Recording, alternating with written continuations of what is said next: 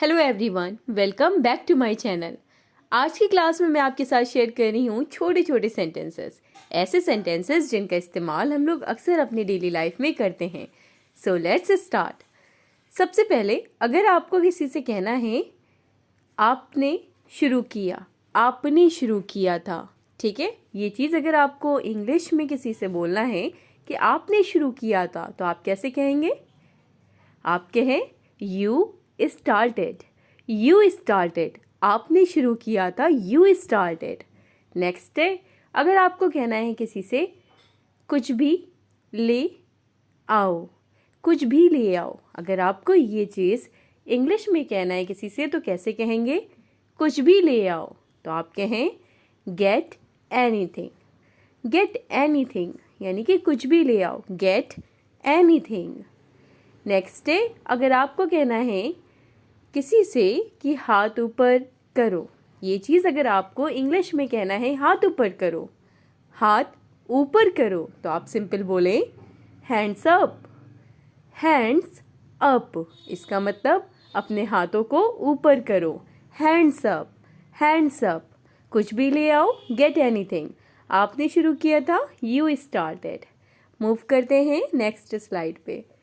अगर आपको कहना है किसी से इसे झाड़ दो, ये चीज़ अगर आपको इंग्लिश में बोलना है तो आप कैसे कहेंगे? इसे झाड़ दो। तो सिंपल आप कहें dust it, okay, dust it, यानी कि इसे झाड़ दो, dust it, okay, dust it. Next है, अगर आपको इंग्लिश में कहना है किसी से कि हमेशा की तरह, हमेशा की तरह, तो आप कैसे बोलेंगे? इसके लिए आप यूज़ करें एज यूजुअल, एज यूजुअल, हमेशा की तरह, इसे झाड़ दो, डस्ट इट, हमेशा की तरह एज यूजुअल। नेक्स्ट है, अगर आपको किसी से कहना है इंग्लिश में शुरू शुरू में, शुरू शुरू में, अगर ये चीज़ अगर आपको इंग्लिश में बोलना है शुरू शुरू में, तो आप कैसे बोलेंगे?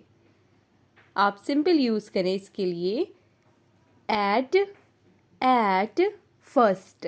एट फर्स्ट का मतलब शुरू शुरू में, एट फर्स्ट, शुरू शुरू में। नेक्स्ट है पिछली बार, पिछली बार, ये चीज़ अगर आपको इंग्लिश में कहना है पिछली बार, तो आप क्या बोलेंगे? आप कहें लास्ट टाइम, लास्ट टाइम, यानी कि पिछली बार, लास्ट टाइम, ओके। इसी तरह से अगर आपको कहना है अच्छी, अच्छी कोशिश की, ठीक है, किसी ने कोशिश की, आपको कहना अच्छी कोशिश की, अच्छी कोशिश की, तो आप कैसे कहेंगे इसे इंग्लिश में? ये छोटे छोटे वर्ड्स हैं, लेकिन इन सभी की इंग्लिश जानना बहुत ज़रूरी है, ठीक है। तो अच्छी कोशिश की अगर आपको कहना है तो आपके नाइस ट्राई, ठीक है, नाइस ट्राई, नाइस ट्राई, यानी कि अच्छी कोशिश की। अभी हाल फिलहाल में नहीं, अभी हाल फिलहाल में नहीं, ठीक है। तो अगर आपको ये चीज़ इंग्लिश में बोलना है कि अभी हाल फिलहाल में नहीं, तो आप क्या बोलेंगे? आप कहेंगे नॉट रिसेंटली, नॉट रिसेंटली, यानी कि अभी हाल फिलहाल में नहीं, ठीक है, नॉट रिसेंटली। और अगर आपको कहना है हाल फिलहाल में, तो आप कहें रिसेंटली, ठीक है, रिसेंटली, हाल फिलहाल में, रिसेंटली, हाल फिलहाल में नहीं, नॉट रिसेंटली, ओके। इसी तरह से अगर आपको कहना है महीनों पहले, महीनों पहले, अगर आपको ये चीज़ इंग्लिश में बोलना है तो आप कैसे कहेंगे? तो आप सिंपल कहेंगे मंथ, महीनों पहले, तो आप बोले यहाँ पे मंथ्स एगो, ठीक है, मंथ्स एगो, यानी कि महीनों पहले की ये बात है। कभी कभी ऐसे बोलते हैं ना, तो महीनों पहले के लिए मंथ्स एगो। इसी तरह से अगर आपको कहना है हफ्तों पहले, अब आप यहाँ पे हफ्तों पहले बोलना चाह रहे हैं, तो आप कहें वीक्स एगो, ठीक है, वीक्स एगो, हफ्तों पहले, वीक्स एगो, महीनों पहले, मंथ्स एगो, हफ्तों पहले, वीक्स एगो। इसी तरह से अगर आपको कहना है किसी से सीख लूँगा, ठीक है, सीख लूँगा, किसी ने आपसे कुछ कहा, आपको कहना है सीख लूँगा, तो आप कैसे बोलेंगे? सीख लूँगा इंग्लिश में, लूँगा तो आप विल कहें, आप कहें विल लर्न, ठीक है, विल लर्न, सीख लूँगा, विल लर्न, ओके। हफ्तों पहले वीक से गो, महीनों पहले मंथ से गो, सीख लूँगा, विल लर्न। इसी तरह से अगर आपको कहना है अभी तक नहीं, अभी तक नहीं, ये चीज़ अगर आपको इंग्लिश में बोलनी है तो आप इसके लिए क्या वर्ड इस्तेमाल करेंगे? अभी तक नहीं, तो आप कहें not not yet, not yet अभी तक नहीं, नॉट येट, नॉट येट अभी तक नहीं। ओके, इसी तरह से अगर आपको कहना है इसे वापस कर दो, ठीक है, इसे वापस कर दो।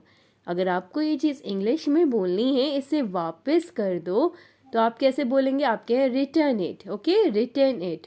और रिटर्न मतलब क्या होता है? वापस। रिटर्न इट यानी कि इसे वापस कर दो, रिटर्न इट।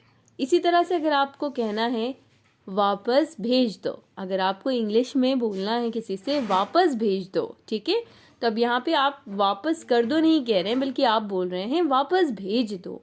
तो वापस भेज दो तो आप सिंपल कहेंगे send back. Okay, send back, वापस भेज दो, सेंड बैक। नेक्स्ट है, अगर आपको कहना है किसी से इंग्लिश में कि किसी को भेज दो, किसी को भेज दो, अगर आपको ये बोलना है तो आप क्या यूज़ करेंगे इसके लिए? आप कौन सा यानी कि वर्ड यूज़ करेंगे? किसी को भेज दो, तो आप कहें सेंड, उसके बाद किसी को यानी कि आप सम वन बोल दें, ठीक है, सम वन, ठीक है, किसी को भेज दो, send someone, send someone, send someone, किसी को भेज दो।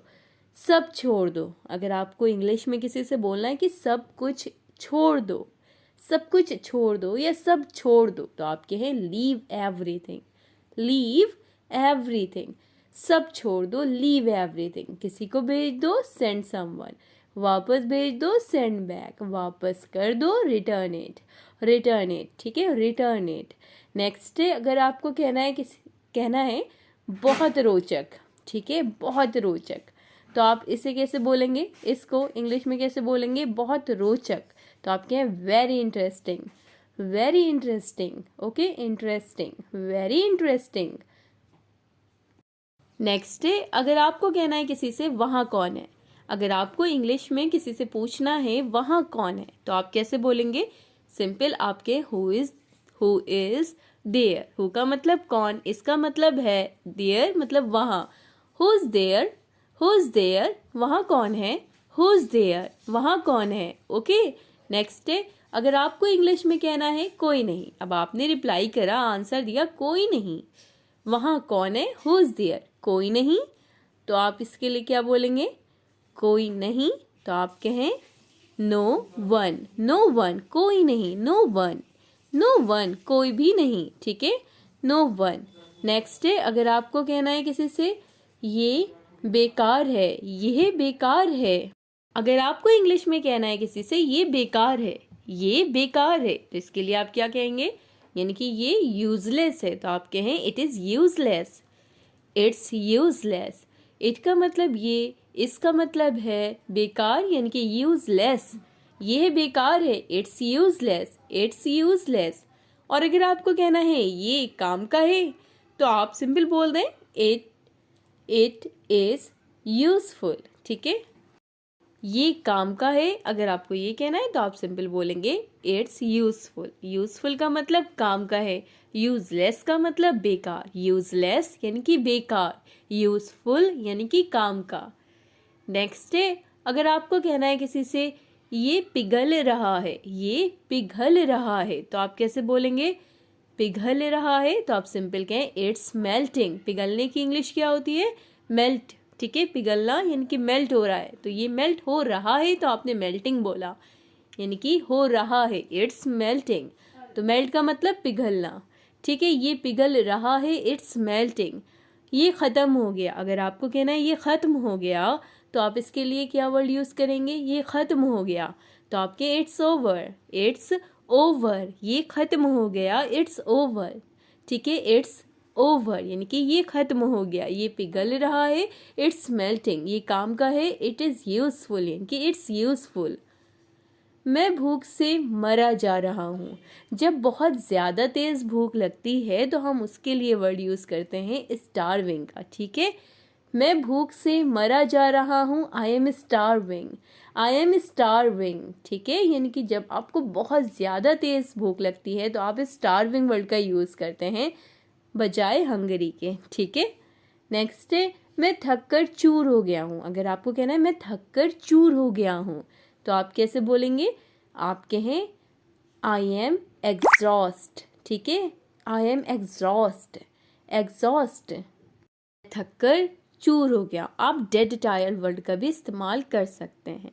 ओके, नेक्स्ट है, अगर आपको किसी से पूछना है फिर कब, फिर कब, इसके लिए आप कैसे, इनके से आप इंग्लिश में कैसे बोलेंगे फिर कब, तो आप कहें फिर का मतलब यानी कि फिर की इंग्लिश देन, एंड कब व्हेन, आप कहें देन व्हेन, देन व्हेन यानी कि फिर कब, देन व्हेन फिर कब। तो आज की क्लास में बस इतना ही। आई होप आप सभी को क्लास पसंद आए, कुछ ना कुछ सीखने को ज़रूर मिले। अगर वीडियो अच्छी लगी